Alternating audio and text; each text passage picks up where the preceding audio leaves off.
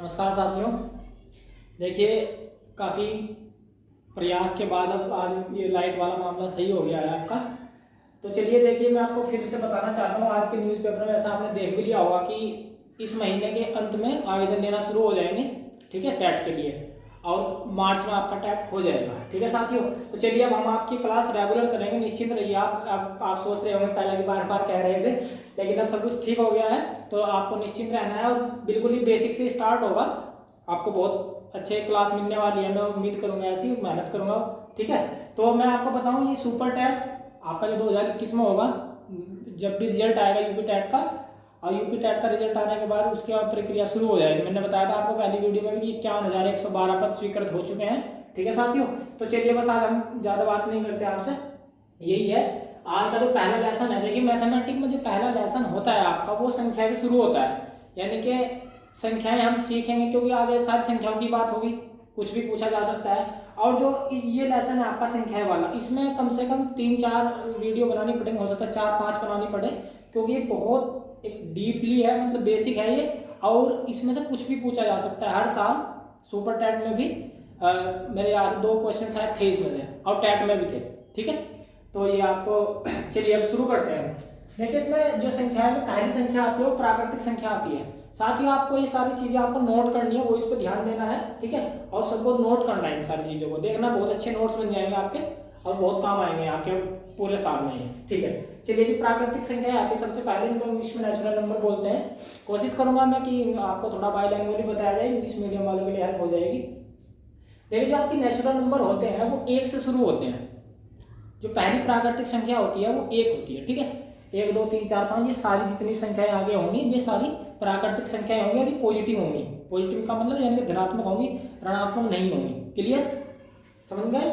चलिए नेक्स्ट देखते हैं पूर्ण संख्याएं। देखिए साथियों, जो पूर्ण संख्याएं होती है वो 0 से शुरू होती है। सबसे छोटी पूर्ण संख्या 0 होती है, 0 1 2 3 4 ऐसे करके, ठीक है। इसको इंग्लिश में होल नंबर बोलते हैं। आप इसको ऐसे याद कर सकते हैं, होल में ओ बनता है तो वो 0 जैसा ही दिखता है, ठीक, ऐसे कर सकते हैं। टेट में बहुत सी बार सीधा क्वेश्चन भी आ जाता है कि सबसे छोटी पूर्ण संख्या कौन सी है। ऑप्शन मिलेंगे आपको 0 1 2, ठीक है, अनंत ऐसा करके। तो समझ गए आप। तो सबसे छोटी पूर्ण संख्या 0 होती है, 0 1 2 3 4। यानी कि अगर मैं यूं कहूं कि सारी प्राकृतिक संख्याएं पूर्ण संख्याएं हैं, तो वो आपकी बात सही है, ठीक है। चलिए नेक्स्ट देखते हैं तीसरा, सम संख्याएं। सम संख्याएं होती है इवन नंबर, यानी कि ये संख्याएं होती है जो 2 से पूरी तरह कट जाती हैं, ठीक है। 2 से पूरी तरह कट जाती है, विभाजित हो जाती है, जैसे मतलब आप समझ रहे होंगे, यानी कि जो नंबर जोड़े वाले होते हैं, जैसे 2 4 6 8 10 12। क्लियर, समझ गए होंगे, इजी सही है। चलिए आगे देख लेते हैं विषम संख्याएं। इनको इंग्लिश में ऑड नंबर बोलते हैं। और ये वे संख्याएं होती हैं जो 2 से नहीं कटती, यानी कि पूरी तरह नहीं कटती। समझ रहे ना, पूरी तरह कटने का मीनिंग ये होता है, मान लो 5 है, 2 से भाग करोगे आप तो 2.5 बार कट जाएगा, हालांकि दशमलव से, लेकिन पूरा कटना है, ठीक है। तो वो तो सम संख्या होती है जो पूरी कट जाती है, और जो नहीं कटती वो आपकी विषम संख्याएं होती है, ऑड नंबर्स होते हैं, जैसे 1 3 5 7 9। समझ गए होंगे आप, ठीक है। नेक्स्ट देखते हैं भाज्य संख्याएं। इसको इंग्लिश में बोलते हैं कंपोजिट नंबर। इसको थोड़ा ध्यान से समझना है, तो इजी थी बिल्कुल, लेकिन थोड़ी सी टफ लगेगी तुम्हें। तो हालांकि आप इनके बारे में जानते भी होंगे, ठीक है, जनरल सी बातें, लेकिन फिर भी स्टार्ट है तो बताना तो होगा ही।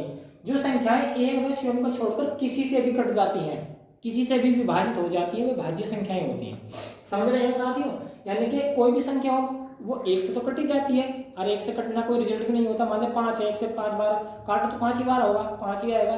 तो 1 से तो सारी संख्याएं कटती हैं, और स्वयं से भी सारी संख्याएं कट जाती हैं। कोई भी संख्या स्वयं से कट ही जाएगी, ठीक है, को छोड़कर किसी भी संख्या से विभाजित हो जाती हैं, ठीक है। जैसे मान लीजिए मैं कहूँ 9 है आपका, तो 9 3 से कट जाएगी, 1 से 9 से तो कटेगी, लेकिन 3 से भी कट जाएगी, तो वो आपकी भाज्य संख्या होगी, कंपोजिट संख्या होगी, ठीक है। एक बात याद रखना है, सबसे छोटी जो कंपोजिट नंबर होता है वो 4 होता है, ठीक है। सबसे छोटी संख्या 4 होती है, याद रखना, 2 नहीं होती। 2 की जो परिभाषा है वो 2 उससे बाहर निकल जाता है, याद रखना है। बहुत सी बार पूछा जाए सबसे छोटी भाज्य संख्या वो 4 है।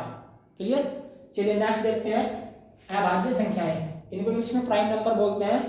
देखिए, अभाज्य संख्याएं वो होती हैं जो केवल एक और स्वयं से ही कटती हैं, बाकी किसी से नहीं कटती, ठीक है। भाज्य से थोड़ा उल्टा सा है नहीं, जैसे सम और विषम में रिलेशन है, वही भाज्य अभाज्य में रिलेशन है। समझ गए होंगे ना। यानी कि अभाज्य संख्याएं केवल एक से कटती हैं और खुद से कटती हैं।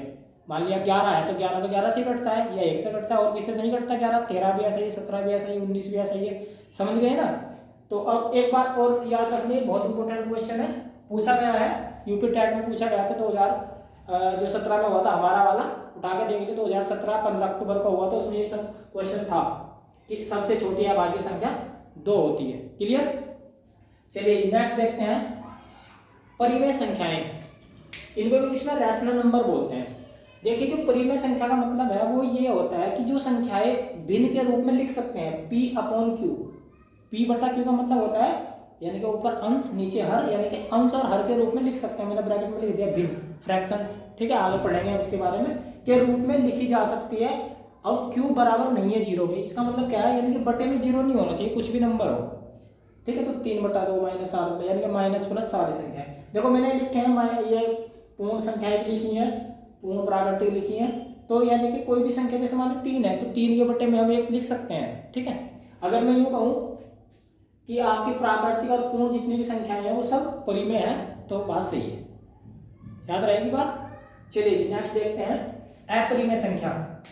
अपरिमेय यानी कि परिमेय का उल्टा, जैसे भाज्य का उल्टा अभाज्य था, ऐसे ही अपरिमेय। इसका मतलब क्या है अपरिमेय का, यानी कि अगर हम किसी ऐसी संख्या का वर्गमूल लें जिसका वर्गमूल सही से न निकल पाए, जैसे सबको मालूम है, मतलब वर्गमूल मालूम भी होगा, 4 का वर्गमूल 2 होता है, वर्गमूल को इंग्लिश में स्क्वायर रूट बोलते हैं, ठीक है। 9 का स्क्वायर रूट 3 आ जाता है, ठीक है। 16 का 4 आ जाता है। लेकिन अगर मैं कहूँ 5 का स्क्वायर रूट कीजिए, 3 का कीजिए, 7 का कीजिए, तो अगर आप इनका वर्गमूल विधि से, स्क्वायर रूट मेथड से आप इसका स्क्वायर रूट निकालना चाहेंगे तो डेसिमल में बहुत सारे नंबर आएंगे। जैसे मान लीजिए सपोज दैट 5 का कहूँ तो ऐसे आएंगे 2.23 समथिंग समथिंग, बहुत दूर तक नंबर आते रहेंगे। यानी कि ये इसको हम एग्जैक्टली काउंट नहीं कर सकते, समझ में आ रही होगी ना, एग्जैक्टली काउंट नहीं कर सकते, ऐसी संख्याओं को अपरिमेय संख्या बोलते हैं, ठीक है। और ये इसमें एक सवाल फिर आया, एक ये भी बहुत इंपॉर्टेंट है, ये भी आया हुआ है क्वेश्चन। एक फॉरेन कंट्री का एक सिंबल है, वहां पे इस्तेमाल होता है, होता तो इंडिया में भी है लेकिन वहीं का है, पाई बोलते हैं इसको, क्या बोलते हैं, पाई। ये पूछा जाता है कि पाई किस प्रकार की संख्या है, तो याद रखना पाई अपरिमेय संख्या है, इर्रेशनल नंबर है पाई, ठीक है। ये क्वेश्चन पूछा गया है टेट में, प्रैक्टिस जब मैं कराऊंगा तो वहां पर आपको मिल जाएगी बात, ठीक है। पाई अल्फा बीटा बहुत सारे तुम देखते होंगे ये सिंबल यूज होते हैं। चलिए नेक्स्ट देख लेते हैं पूर्णांक संख्याएं।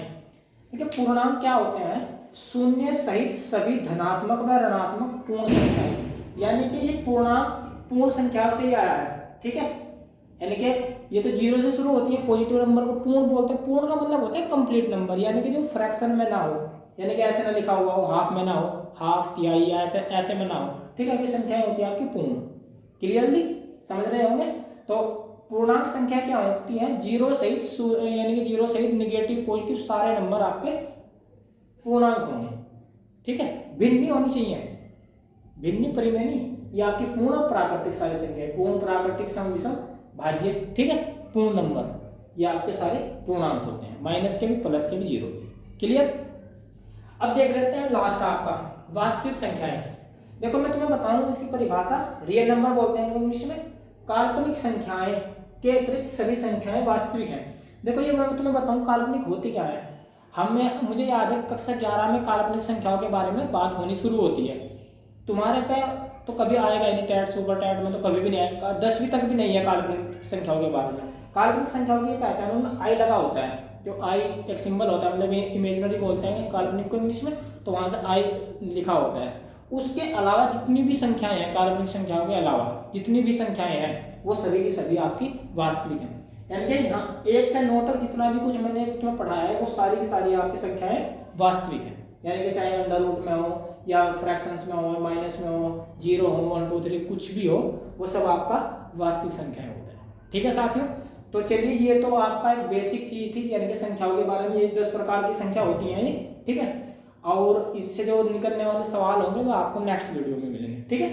तो बस आपके लिए यही थोड़ी सी मेरी सलाह है कि बहुत आने वाला जो समय है बहुत लक्की होगा तुम्हारे लिए, गोल्डन चांस है, क्योंकि टेट भी होगा मार्च में, उसके बाद जैसे ही रिजल्ट आएगा इसका फिर अगली भर्ती की जो मैंने बताया, तो मैं फिर रिपीट कर रहा हूँ, 51,112 पद है, तो उसके लिए काम शुरू हो जाएगा।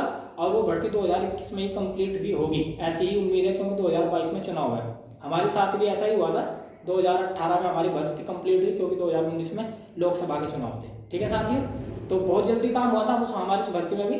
मैं 68,500 में सिलेक्ट हुआ था 2018 में मुरादाबाद में, और मैं वहीं फिलहाल भी वहीं पर हूँ। ठीक है साथियों, तो मैं भी ऐसे ही आपसे मतलब उम्मीद करता हूँ कि आप मेहनत करोगे, और ऊपर वाले से प्रार्थना करूंगा कि आपका भी आने वाली भर्ती में सिलेक्शन हो। ठीक है, हमारे स्कूल में भी कोई टीचर आए। ठीक है साथियों, तो बस आज के लिए इतना ही, मिलेंगे फिर नेक्स्ट वीडियो में, तब तक के लिए धन्यवाद।